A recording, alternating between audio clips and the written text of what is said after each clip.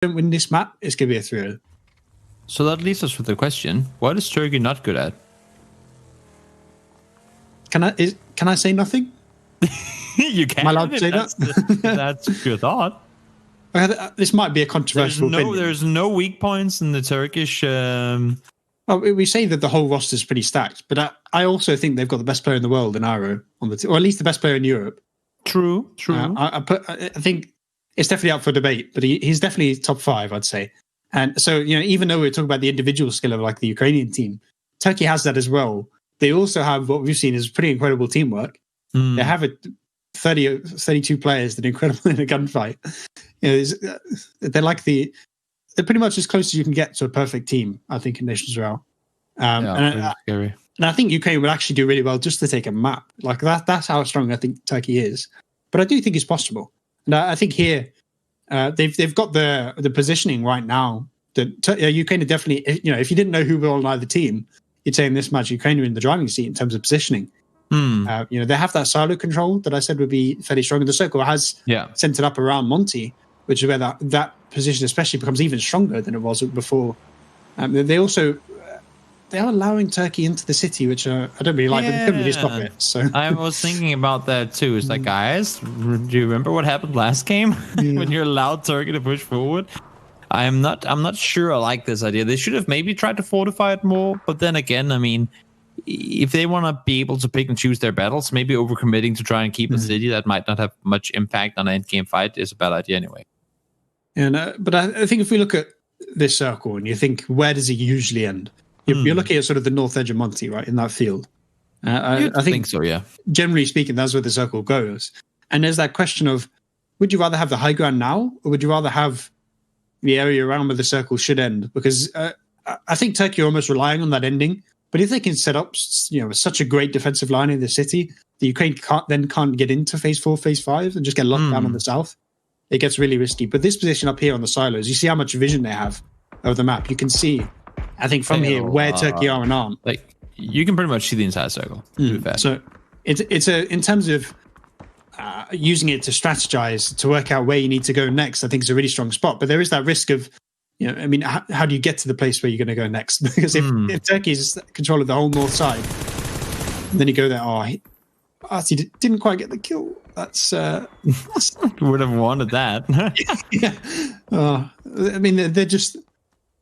I think that right there summed up match 1. That was epitome. There we go. They've got it. There you go. They've already found as many kills as they did the entire last game. That's not yet. That's so. I don't want to jinx it. They did. Someone just They've evened out the kill count they had in the previous game. I think that's. I feel like that's pretty impressive. Not gonna lie. Well, it's a start. It's a start. It is indeed. They're ahead for the first time, so that's something. Code Marco answering back onto our incident. Oh, I said that too soon. Where is he? Oh, he does get flushed. I thought he was up on the hill, so I didn't think he'd get flushed. But wait, are they gonna get 2 kills in one game? What? I'm being toxic now. Sorry, Ukraine. Again, Ukraine is an amazing team, and a lot of the players on the team are incredibly talented. It's just I can't help but be, I guess, mildly, what do you call it? Both entertained, but also, what's the word for it? Just scared of this Turkish roster. I think you can be nervous for Ukraine in terms of their long-term. Yeah, exactly. That wasn't really the word I was looking for, but it explains the same sentence. Does the job. Yeah. Yeah, I'm looking at this and we're thinking. I think we have to be thinking this should go north. Occasionally get west. We say woulda, shoulda, coulda. There's no shifting away from anything. Yeah, in theory. In theory, we'll see. We'll see. I'm still very skeptical about how random PUBG circles actually are. I do think there are hidden tendencies towards fields and cross the game seems to like. But we have seen in the past Western endings. I've personally played in a city ending in Monty in a tournament before. So there is precedent. Wank! Up north we go, and all of a sudden you have 3 Ukrainian players inside the circle. That is. Did we talk about not giving up the city? I don't remember. It's so long ago. Oh wait, no, we did. we said how good the side is were for vision. There is an opportunity here where they can spot out that the west side is relatively empty. And they can push up towards the god building, as we call it. Yep. So maybe there's an opportunity through there, but it kind of feels like right now they're sort of posturing to just make a big push through the center of the city.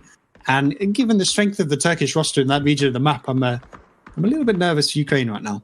I would be as well. It's it doesn't look good now. Arch fallen. That's unfortunate. She created this there trying to hold off. There's a bit of a rescue team coming in. And well, right now it's working, but for how much longer will it continue to do that? But this is where she created was sort of the point of a very big spear, right? I mean, you look behind him, how many players are just to the north. So once he gets onto this wall now, it's very hard for Ukraine to do anything about it. And as long as he doesn't get knocked, he can just start to annoy this team. And he can just sit here and just piss them off, basically, for about 20, 30 seconds. This nade might be good for a kill.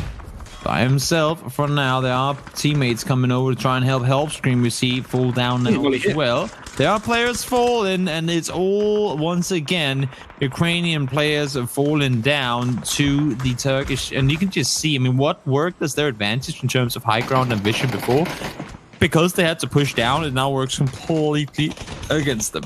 But look at that teamwork there. She created had Spiro just above him, trying to kill him, and the people on the hill just traded out. She created finally goes down.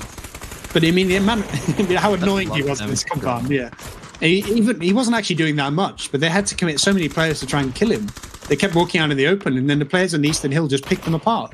And now you've got, I think, 5 or 6 Ukrainian players knocked there. Yes, the roses might come in, but the damage Turkey has done is irreparable. Yeah, let's see that nade. It's going to go a bit far. Indeed, it is. Does bounce off, but look at the amount of dead or down players inside this. This is like the new nursery in PUBG, because there are so damn many players on their knees. Yeah, and they just keep getting knocked. Yeah, I mean, they didn't really use their high ground to work out the chinks in the armor. They just walked in a straight line, and realistically, they've run straight into the main defensive force for Turkey now, and I just don't see a way for them to get north. I mean, how do they get to that field from here? I'm, to be fair, not quite sure. I think the answer is they don't. Yeah, that's that might be the case. Maybe they just don't. I want them to. I want this to be a good even fight, but I just, with the way that Turkey are playing this, I just don't see it happening. I mean, the numbers were even for a little while. Now they've shifted massively in their favor. It just feels like every time the Ukrainian players are not necessarily playing on their own, but they're not quite synergized as a team. Whereas Turkey, they always have these overwatching players that are supporting the little groups, the little, like we had with She Creative, where he was on his own, but there were 10 players supporting him by just watching over, and no one could really push him or do anything. So he had so much liberty to do damage to the Ukrainian roster. And once they sort of got stuck in that house. Once, I think it was 8 or 9 players stuck in that one position, they had nowhere to go. I think one of the main issues for some of these, you would think, better teams like Ukraine, like Finland, rosters that have really good individual skill. In the earlier rounds of the tournament, that's kind of what they rely on, which makes good sense. I mean, yes, we'll go out and do our own thing for a little while because we can. I mean, we are a bunch of very highly skilled PUBG players, and we can kind of just we win our individual battles, and that gets us to where and what we want. But now we're at a point in the tournament where it's not just your individual skills that matter anymore. It's a lot more than that, and arguably other stuff matters more than that. So now when you go up against a team like Turkey, you might not see them as a big threat in terms of, but we have this guy on the team and they only have that guy, and we have this guy and they only have that guy. But it's the teamwork, and look at this, Ukraine finally starting to turn things around, but it might be too late. There's a little bit of a resurgence, but at this point, each player needs to get 2 or 3 kills, just to make it an even game. So it's just become a point where it's almost unassailable for Ukrainians. They have to do so much work as individuals, and when you run into 3 or 4 players as a solo, I mean, if we look at like competitive, it's so rare you see a 1v3 and 1v4. I mean, how do you win a 1v6? Yeah, it's are we back to the whole, well, you don't, ow, I think we are. That's a headshot nade. This is like round in there. A lot of damage done. Perfect Dix trying to do everything he can to stay put. Now Konekot goes down, or Kotzenok goes down to the circle. That's unfortunate, and I'm afraid Perfectix might fall just a moment here as well. Perfectix is still alive. He's up for now. Pants are flying all over the place. 10,000 days will get flushed.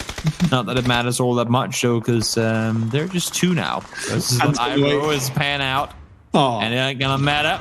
He goes down in the end. Just B20 finds the kill. And that, my friends, is gonna make it 2-0 in favor of Turkey.